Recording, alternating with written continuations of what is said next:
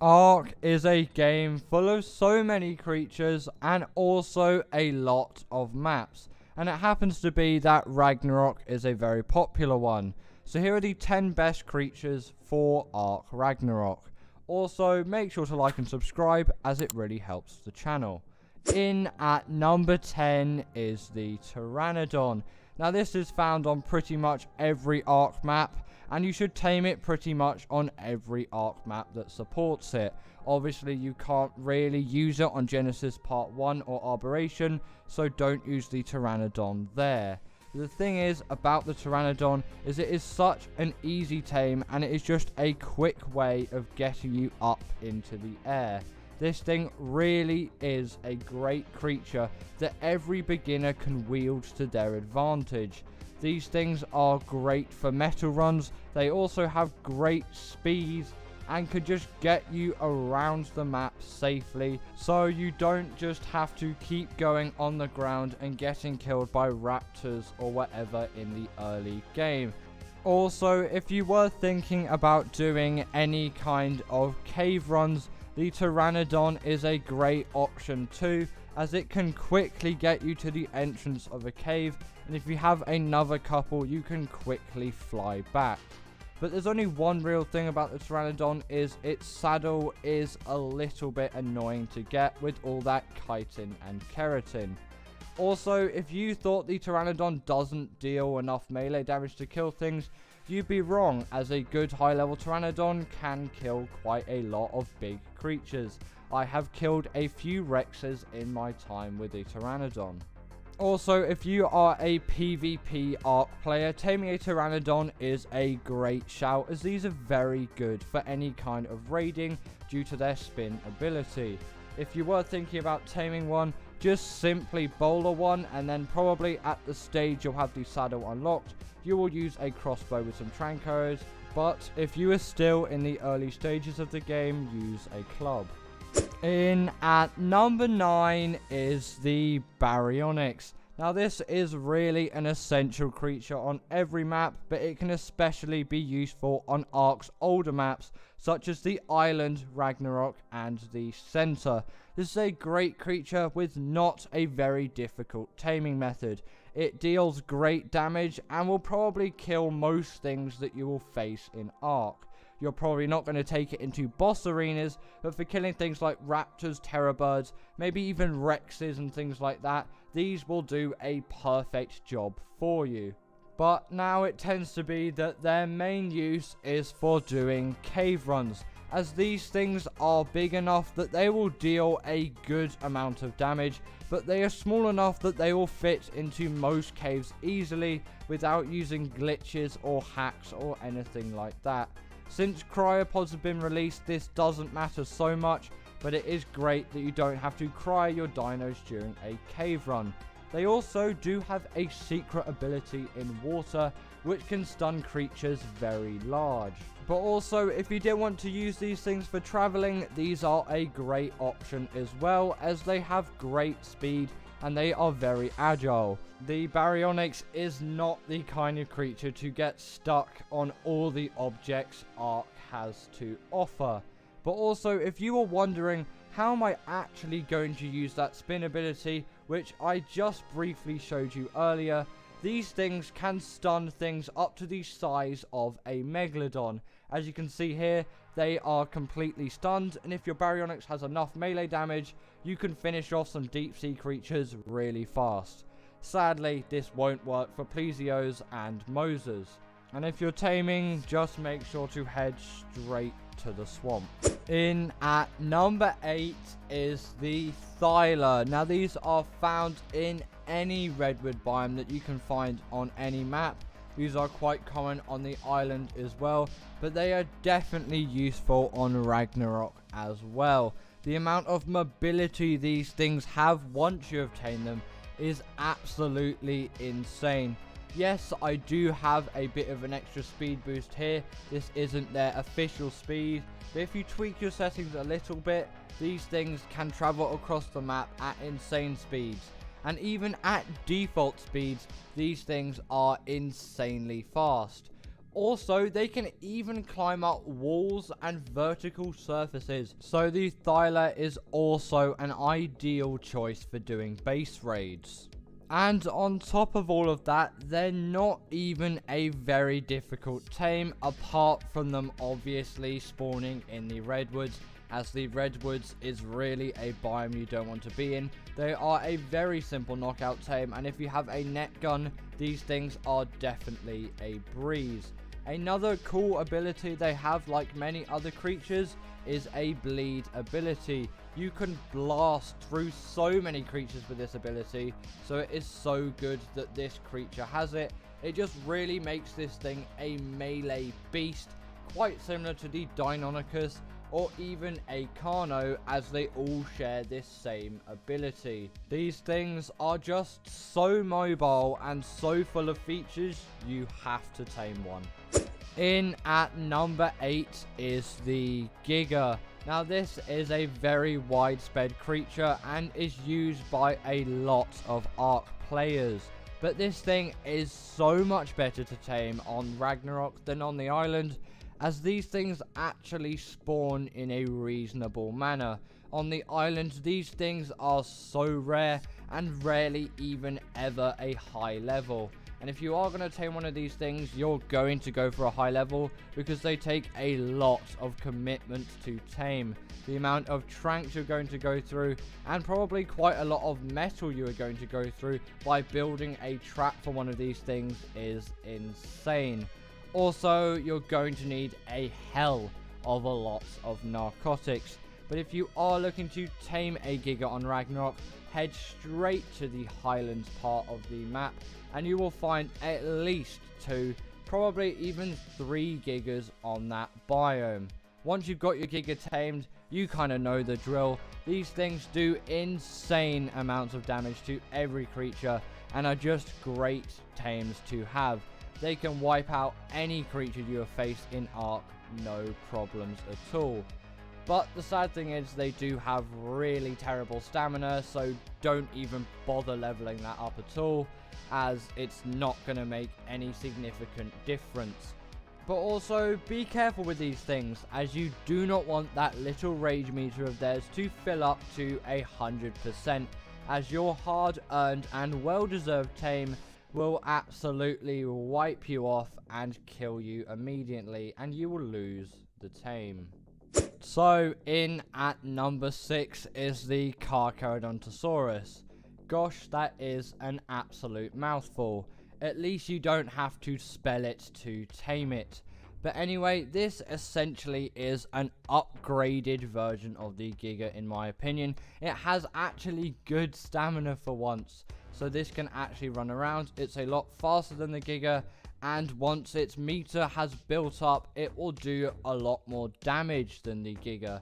These things are going to spawn in the Highlands biome as well, like the Giga, and also their population will probably be about the same as well, so you can expect about 2 or 3 of these to be lurking around.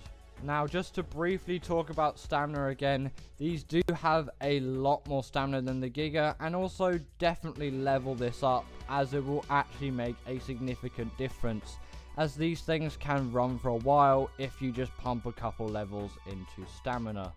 But obviously you're not just going to want to level stamina on this thing, you're going to want to take advantage of its great health and also really great melee damage. This thing really couldn't be better. Out of any map, Ragnarok is definitely the best place to tame yourself a Carcharodontosaurus, but that doesn't mean they're just useful on this map as well. Definitely give them a go on Extinction, as they are great. But still on Ragnarok, they will plow through any creature with ease. In at number 5 is the Megatherium. Now these really are great herbivores, but they also have a wealth of other really useful features as well, which I will get onto in just a moment. The Megatherium can be found in the Redwoods biome and the Ice biome of Ragnarok, and really is not going to be a trouble to tame at all. Just simply trap it with the net gun or in a 2x2 little foundation trap that you can make, and just pop a few tranks into it, and very soon it will be knocked out. Its saddle also isn't that expensive too, so that does come as a bonus. These are great herbivores. Obviously they come with the same advantages as many others, but they also have many other things on top of that. You may not think the Megatherium is quite agile, but to be honest, it is actually a very good creature for traveling and movement. These things really do move at a quick pace and can get around everywhere. But also, they can just do the traditional herbivore things of just gathering some berries. These things can definitely do that and will do that very well. But also the Megatherium has a very useful hidden ability, which is specifically useful on the island, but is very useful for doing some caves on Ragnarok. When they kill an insect, they will get a rage buff, granting them damage reduction and also extra damage. In at number 4 is the Mantis. Now this can be found all over the kind of volcanic biomes of Ragnarok, and these definitely have a wealth of abilities which will be extremely useful to any Ark player. As you can see here, I have equipped swords in the arms of my Mantis, but you can also use things like hatchets, picks and clubs. Pretty much any melee weapon will work in the hands of this thing, and they will do what you would expect that tool to do. In this case, I'm using swords here to kill a Diplo, and it is doing a very fine job of it. This thing does a lot of damage when it has these things equipped. But just remember, when these are equipped into the Mantis, the durability drain on this thing is a lot. But on Ragnarok, I specifically like to use these things for harvesting sheep to harvest mutton, because there are so many sheep in the Highlands biome, and the Mantis gives quick work to all of these things. Obviously, you don't just have to kill sheep, but I would mainly stick to killing sheep with the Mantis, as it is just so good at doing this. But you can kill big carnivores with it as well. That aloe went down pretty quickly. But also the Mantis is very mobile as well. It is a very good travel creature. It can get you across the map pretty easily, but just watch out because it has a quite low health stat. In at number 3 is the Argy. Now this is a great creature to have on any map, but it is definitely extremely useful on Ragnarok, and it can actually do some Wyvern runs if you're on a pinch. But the main use of an Argy, of course, is its extreme use for metal runs and things alike. It has weight reduction for things like metal, obsidian and crystal, and its saddle acts as a portable smithy. This may not be the fastest flyer, but it will definitely get all of your Ark needs done. The Argy is going to give you a wealth of features that you will simply love. This thing has great stamina, unlike the Pteranodon, and can pick up even larger creatures than the Pteranodon. If you want to pick up an Anki with this thing, that is a great choice, as a tamed Anki in the hands of an Argy is so good for metal runs. Also, if you want to heal up quickly, if you eat a dead corpse, the Argy will heal insanely fast, as it has a great ability for that. This is great in a pinch if you have just been in a heavy heat of combat. Also, the Argy has a reasonable health and melee stat as well, so don't underestimate its power. In at number 2 is the Griffin. Now there is a lot to say about the Griffin, and this is really an amazing creature that every Ark player should tame. And actually, just as a little fun fact, this was the map that the Griffin was introduced on. The Griffin has a wealth of abilities and is also great for taming Quetzals, as you can use your weapons on the back of this thing. But most people know it for its dive ability. This thing really makes it zoom across the map. Yes, a Wyvern may be faster on paper, but when this thing dive bombs, this thing can travel so fast across the map. And also, don't underestimate its power. This thing deals an insane amount of melee damage, and can actually deal damage in a lot of ways as well. Obviously, it's going to have its standard bite ability, which is really going to pack a punch. You will see me kill a Bronto in a second with this thing, but the Griffin really does have another trick up its sleeve. But just before I tell you about this ability, I want to tell you a few possible uses. Personally, I think this is a great thing to use in PvP, as you can trick your enemy quite well. As if you're attacking them and then you leap into the air and dive bomb down onto them, it will do an immense amount of damage, and this Bronto really didn't survive that well. But also another great use for the Griffin on Ragnarok is for raiding Wyvern nests, as you can just quickly pop in and just take that egg and fly out, because these things are really agile, and with that dive bomb ability, the Wyverns are never going to catch you.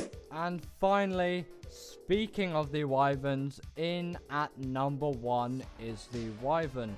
Now that actually is a common misconception that Wyverns were first introduced on Ragnarok, but that is very far from the truth. These were first introduced on Scorched Earth, but Ragnarok still did introduce one Wyvern, which is the Ice Wyvern. But today I want to talk about the Lightning Wyvern, as I think this is the most useful. Any Wyvern is as easy to tame as the next. Now obviously a Wyvern isn't easy to tame, but they all have the same taming method. All you have to do is go into the Wyvern trench, probably use a Griffin and steal its egg. The Lightning Wyvern has a wealth of abilities, such as its normal bite, and as you just saw about 10 seconds ago, its lightning breathing ability. But there's also something that gets missed out quite a lot. It is actually a reasonably good wood harvester, as you can use its wing flap ability. You can do this by pressing C on your keyboard. And on top of that, if you wanted to use these things for taming, these things are great as well, as they can pick up any medium to large size creature. And the Wyverns are actually faster than the Griffin, just sadly they do not have that dive bomb. But anyway, that marks the end of today's video. Comment your top 10 below if you didn't agree, and I'll see you all later. Bye.